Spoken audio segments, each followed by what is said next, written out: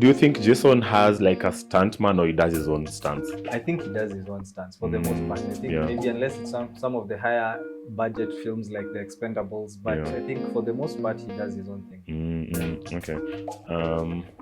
So, so were there any particular scenes in the movies that stood out for you the most? Given that, I mean, most of the scenes are just like fighting, you know. Yeah, like any, there are some scenes I liked, especially when he was looking for information. I like the fact that I know it's. I like the part when he approached this Russian mobster, and then he pushed him into the swimming pool. I liked that part. So, because from what I know is this is a movie from an adaptation of a novel, I think from 2014. Yeah. Damn, I don't know I'm going with this question. Right. Okay. So, what do you think about such adaptations?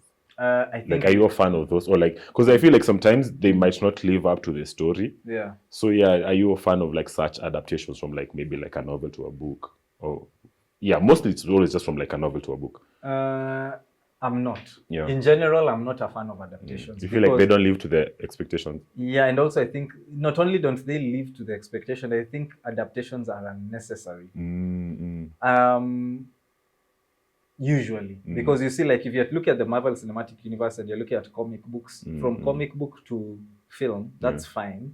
But if you're looking from book to film, again, that's okay. But the thing, what usually happens is a lot goes lost in storytelling because the formats are different. And the worst I can say is from video game to movie. And we've seen that with a number of things. Unless you animate the movie and you have the same concept and characters. I'll give two examples. Mario.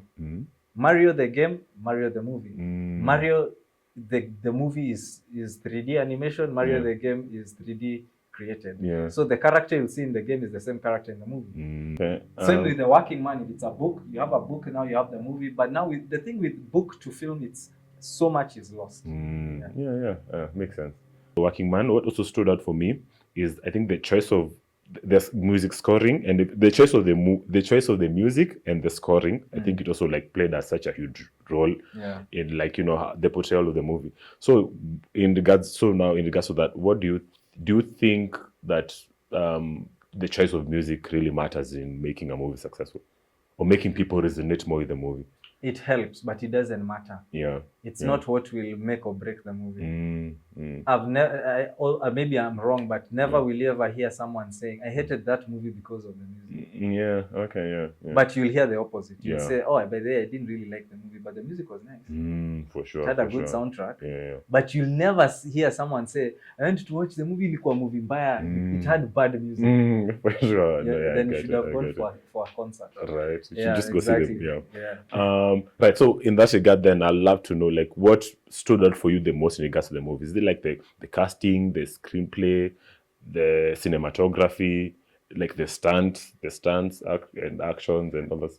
The biggest for me was just the martial arts and Jason Statham doing his thing. And also the villains. The villains were very well chosen. I liked the mob bosses. They looked very bad.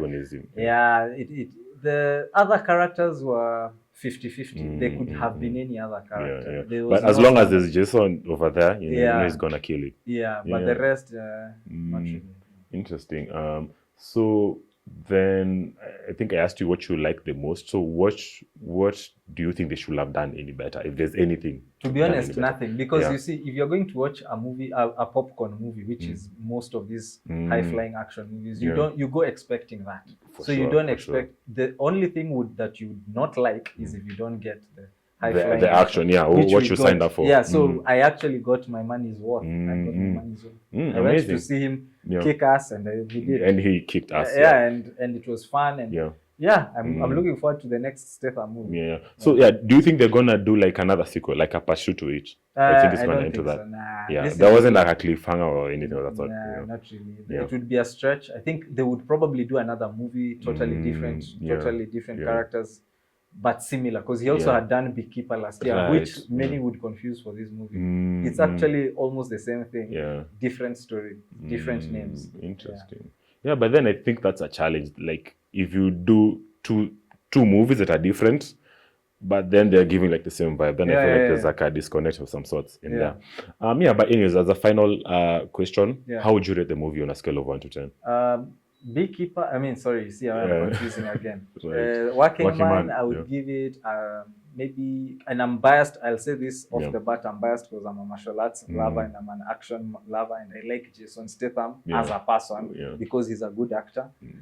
I would give it a 6 over 10. 6. I'll give it a 6 over 10. Someone else would give it a 5. Yeah. More harsh critics would even go lower than that. But I would think it's unfair to give this anything less than 5 over 10. It's actually it's a typical 6 movie. It's a typical 6. 6 is decent, coming from you.